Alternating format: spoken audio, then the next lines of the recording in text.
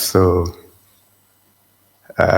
you'll find that this is the second time that he has come out publicly to berate the administration and myself. But I think I want to forgive him. So do I feel threatened? Absolutely no.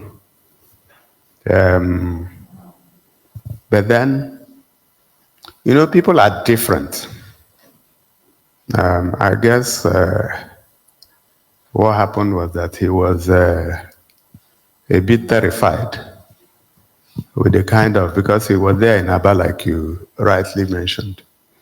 I think he was terrified with the kind of organic show of love that Abia people showed. And it was just not in Abia, but also in Umuahia. Deficiency syndrome. Where you are supposed to be in a place where you have information, but you don't have the real information. And I say this because sometimes when I see him describe himself as number 6, I say, okay, maybe there's a change, and I may not know. But according to the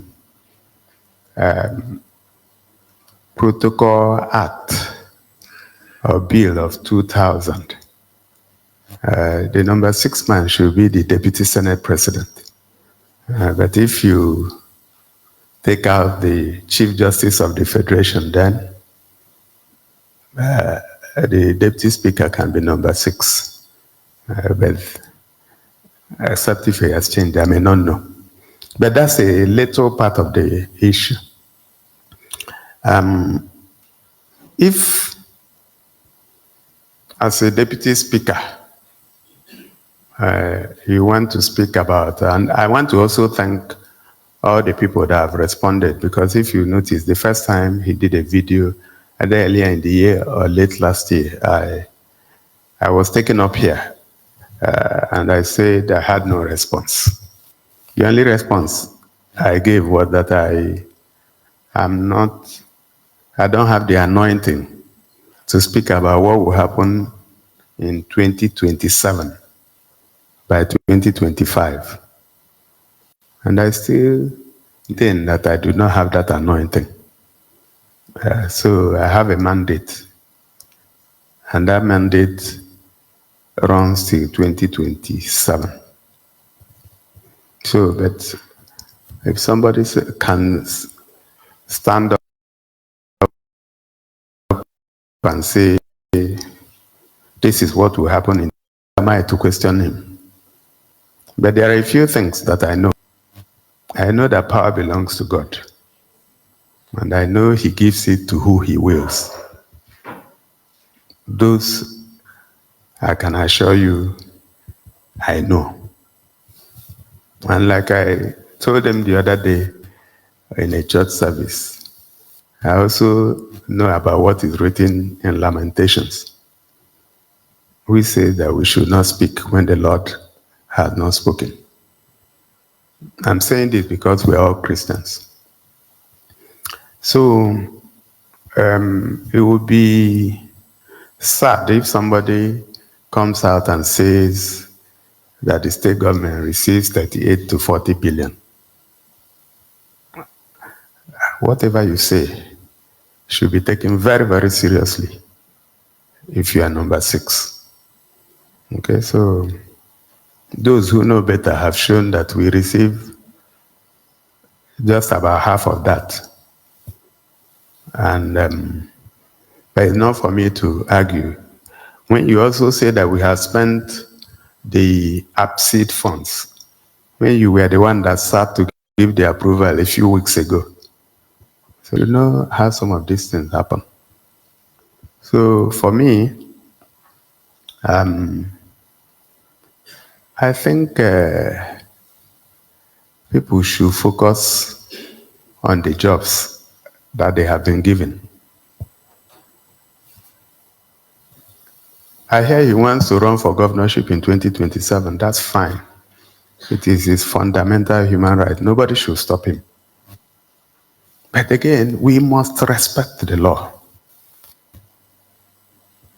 If INEC releases the timetable and says it is the time that campaigns start, if you start campaigning before then, you put yourself in harm's way. You can even be disqualified before the election. So when you gather people and you are telling them you are going to take over the state in 2027, you are campaigning. It's not right. So I will plead with him that if he wants to run election, he should hold his fire. Once INEC blows the whistle, he should go and pick up a form and begin to campaign. It's for Abia people to decide who will be their governor. Okay? So it's also important that the APC is talking about, which has leadership, should know that they are being demarketed in Abia State. But I'll call on our people to still hold their peace and be calm. We have managed in the last 2 years plus to keep this place peaceful. We should continue to maintain the peace. I've had some people around here say, oh, they must take over the state, they will write results.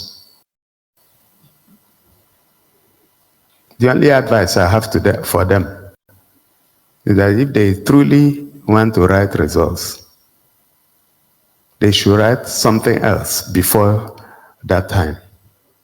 You know what it is? Their will. Because this is our state. Nobody can intimidate us. But having said that, am I threatened? Absolutely no. Do I bother about that? Absolutely no. But I want us to maintain peace and decorum. Okay? Samson, I don't know if I've answered your question. Thank you very much.